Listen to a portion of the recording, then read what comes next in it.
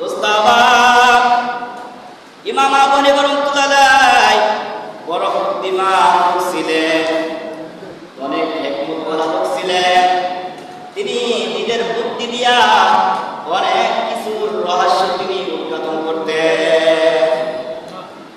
আরেক ব্যক্তি এসে কয়, হুজুর আমার ঘরের ভিতরে আমি টাকা মাটির মধ্যে পুঁতে রাখছি, ঘরের কোন জায়গায় টাকা পুঁতে রাখছি আমার স্মরণ নাই, কোন জায়গায় পুঁতে রাখছি আপনি ঠিকানাটা বলে দেন।